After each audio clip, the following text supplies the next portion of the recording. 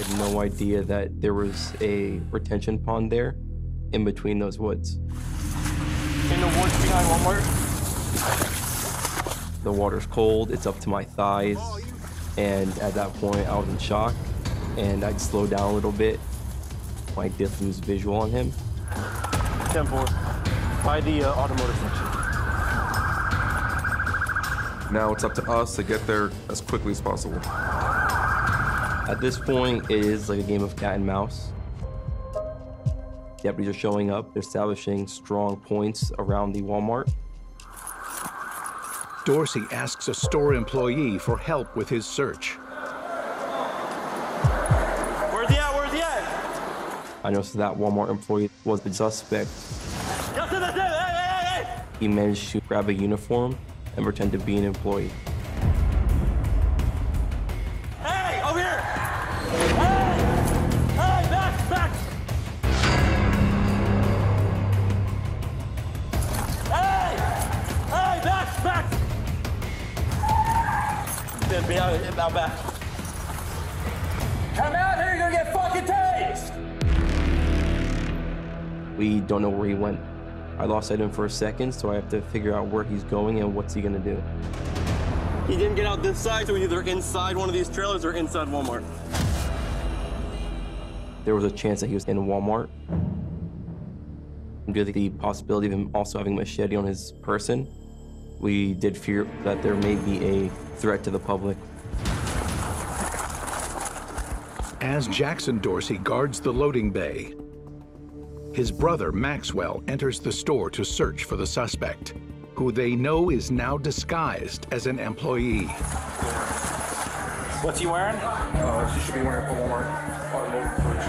Going into Walmart, it's a very dangerous situation. He could be running around the store with a machete, and we don't know what he's capable of. Fucking sheriff's office, come out with their hands up!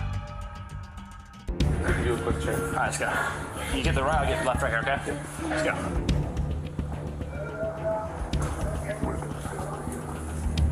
What's that?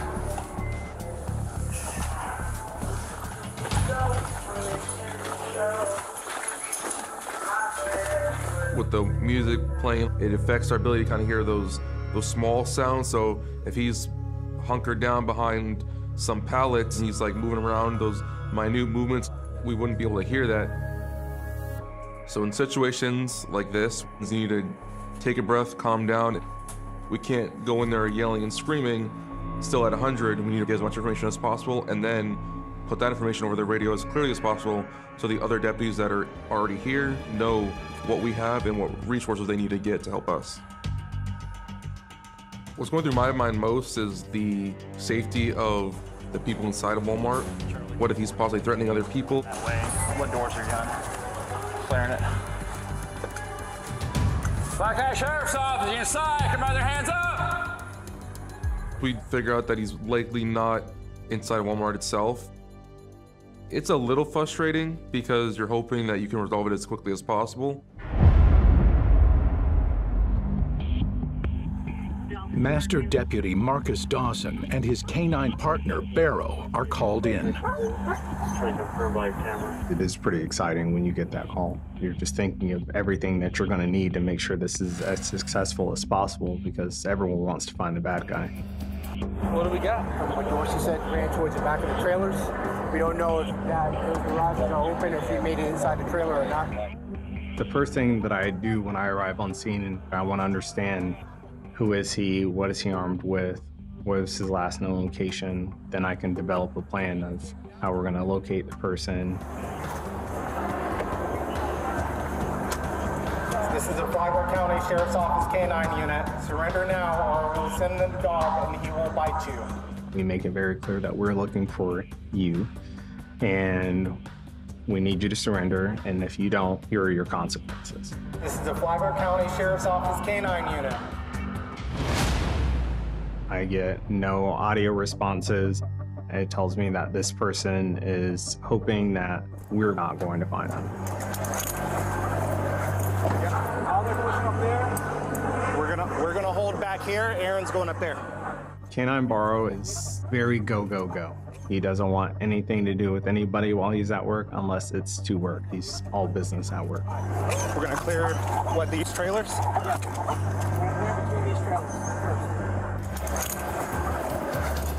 Canine senses are probably 100 times greater than ours. He's looking for the one odor that doesn't belong here. The last thing I knew that this subject was armed with some kind of a machete, so that's definitely posing a huge threat to borrow, especially if the subject conceals himself.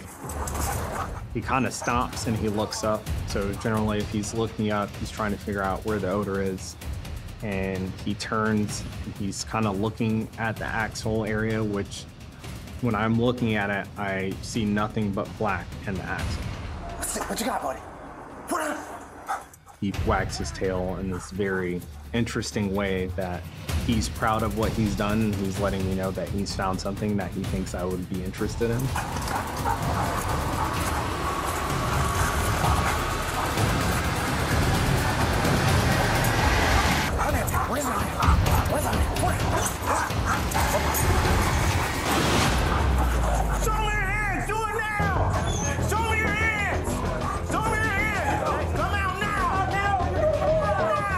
I noticed a person that's tucked very tightly on top of the rear axle of the semi-truck.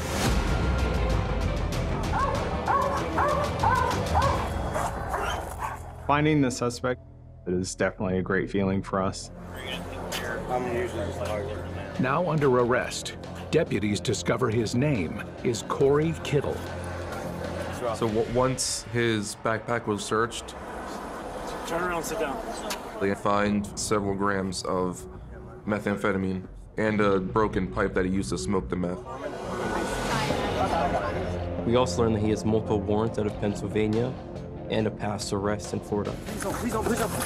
Kittle is found guilty of resisting an officer and possession of a controlled substance.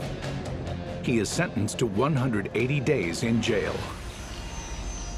It felt very good to get Corey off of the streets knowing they had warrants. The game is over. So this instance is the first time and the only time since then that myself and my brother have located, apprehended, and kind of dealt with the suspect in this manner. It was a really good feeling. When we got to go back and tell our dad what happened, he was very proud. We were very proud of what we're doing, and we're very proud of our job. 40 miles south of Milwaukee, Wisconsin, on the shores of Lake Michigan, is the city of Kenosha. I was raised in Kenosha.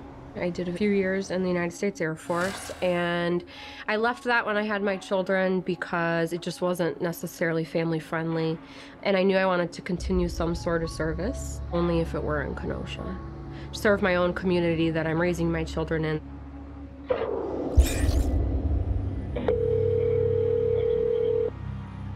Kenosha 911, what's the address of the emergency? 56th Street, I've just been shot. I've been shot in the leg and possibly the arm. Are you alone right now? Yeah, the shooter is in the apartment next door. Okay, I'm sending help to you now. Okay, stay on the line. I'm listening to the radio traffic, and the dispatcher says there is an active shooter in a house. There was a victim, and they had already been shot. So I immediately start heading in that direction. This is the only way having a shooting. 661 tonight? Is that a shooting at? If this is real, we're gonna need all hands on deck. I heard over the radio that there was a potential shooting. So I knew there was obviously a high priority to respond there, but also that we're entering a dangerous situation. Officers arrive at the house and find one of the residents standing outside. Where's he at? He's in the house? Is he? Who shot? Who shot? Come out here. Come out here. Officer Bray arrives next. I drew my firearm and started running in the same direction that the other officers were going. You just plain and simple couldn't see where it was occurring because of the darkness. Is this all one house? No, it's two. The house is split into two properties, one at the front and one at the back. The shooter is in the female resident's property at the front. Come out here. Come out here. Police need to move the resident to safety. Let me see your hand. Oh, shit! But then, all hell breaks loose. Diddy, there's a gun. There's a gun. Diddy, shots fired. I am still trying to speak to this woman, and I hear the glass shatter. In my peripherals, I see two officers running westbound away from the scene. My brain starts kind of catching up with what was going on. Diddy, shots fired. He's in the house. My best bet was to find cover immediately, no matter where it was.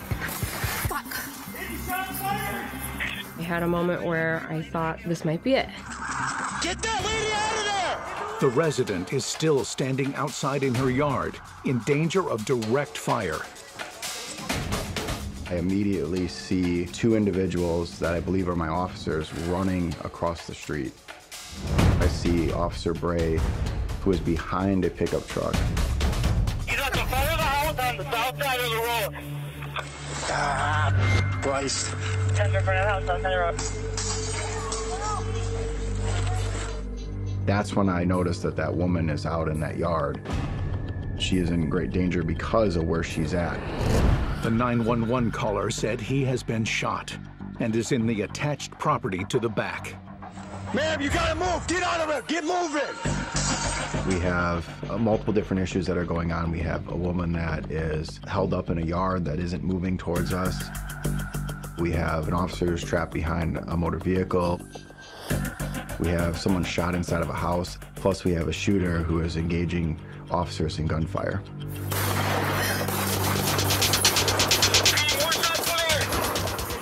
I return fire. At the same time, the woman starts to just retreat to the back of the house. Hey, Frank, can you move? I can't! I believed it was too dangerous to move. If I do, I'm gonna get shot. It was very chaotic. I hear officers in distress. It was dark, there's gunshots, and there's people yelling on the radio. Where's this fucker? Where is he? Right outside 2026. He's in the window of the second house. Second house upstairs or what? What? Sergeant Miller takes cover behind a tree on the opposite side of the house to Lieutenant Juergens. I felt that we could quickly remove Officer Bray and then start focusing on moving the woman from the front yard and getting a game plan together of a team that's going to make entry into the house. 495, do you have the shield? We have somebody that's stuck right in front. Shield's in the squad. I'm up on the front corner. Someone get me a shield! I knew my best chance of getting out of where I was at was if someone brought out a ballistic shield and came out and extracted me from where I was pinned down. Stay right there. Just stay behind the engine block, dear. I am. An engine block is a point of cover that we're trained to utilize. It probably was the safest place for me to be at that point. I had that huge tree, I had a rifle, I have a light on there. So that put that light on, that window that I could see that wasn't covered, that's where I heard that window break. My assumption is that he's kind of breaking the glass with his gun to have a clear shot out the window. Go ahead. Come on!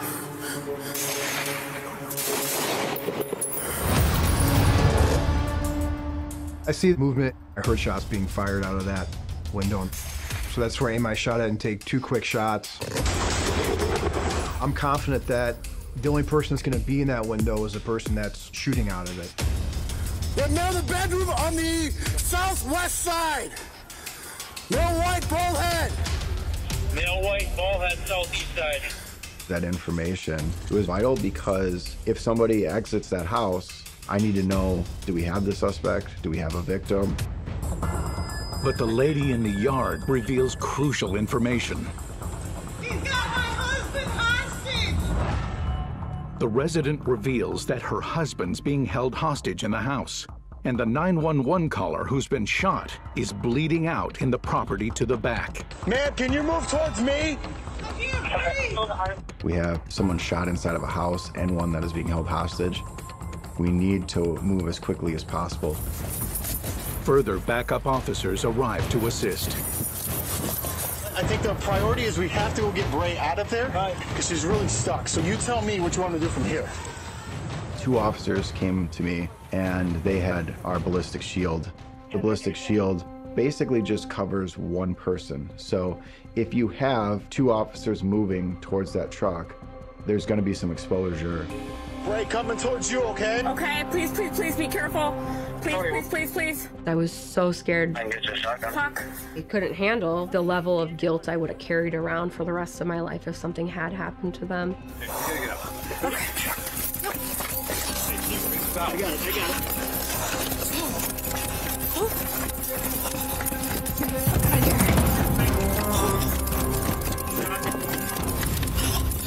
I did not truly feel safe until I was on the other side of cover. And then I knew I had to get my head right back in the game. I had no other option. Now that Officer Bray is safe, police focus on the resident's husband, who is being held hostage, and the injured 911 caller in the rear property. I don't want to push it right now unless we know we have victims. In that type of scenario, with hostages, we have to respond very quickly to get them to safety. What do you got for intel on victims? If there was no one else in there, we would have certainly slowed it down and turned it into a full SWAT activation. We gotta get these guys out. We don't have that time. Ma'am, who's inside the house again? What's her name? My husband, Gary. Matthew Lopez, got it. That woman knowing who these people are is extremely useful. 553 PD. I can relay that to dispatch, who can then start working on who these individuals are. Okay, see what you got associated for Matthew Lopez in the house. This woman out here is saying that that's the gunman. The resident then retreats back to the rear of the property.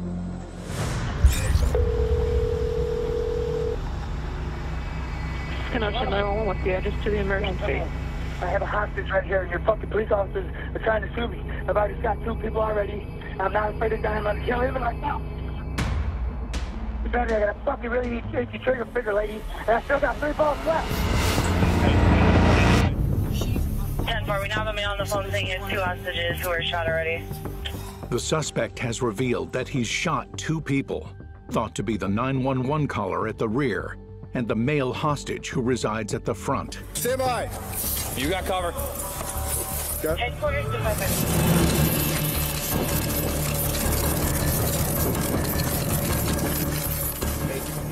The back of my mind's kind of that clock ticking, saying, all right, they don't have a lot of time. We have to go in. All right, ready? Yep. Ready. All right, moving. Listen slow. I got the window just the left of the front door. Copy. Coming up on the curb.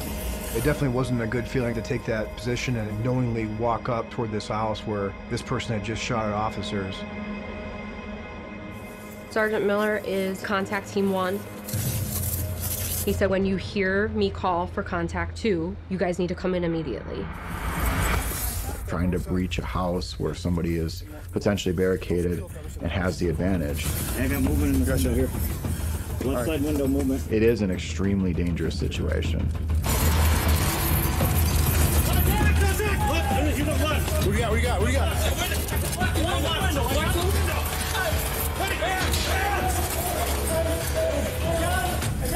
I go to the left, and all I'm seeing is a mangle of bodies. What we got? What we got? Initially, I thought he could be there at that door. It was after that initial kick. I hear something like a male voice say, "I got him."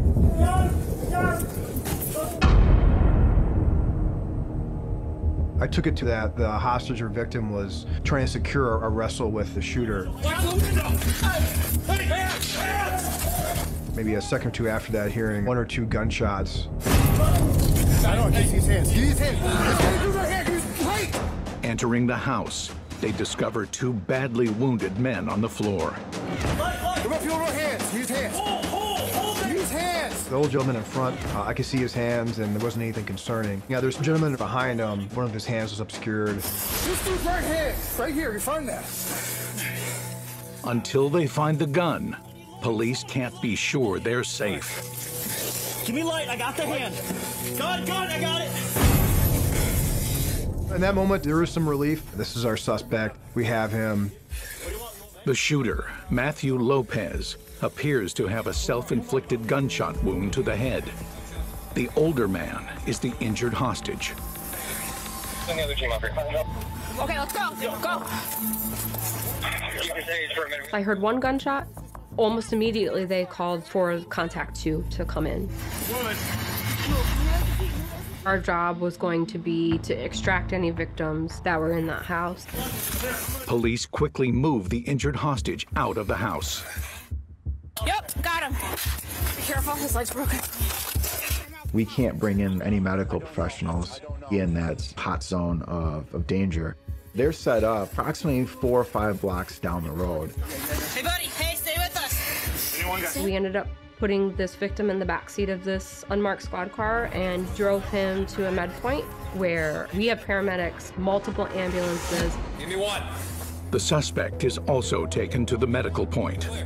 But police still need to find the 911 caller in the rear property. What we got here, we go? Police department! Hi. Come on over here, guys. I'm trying. I'm shot. You're shot where? In my leg. Okay. Anybody else in here? No, just me and my dog. All right, let's go out.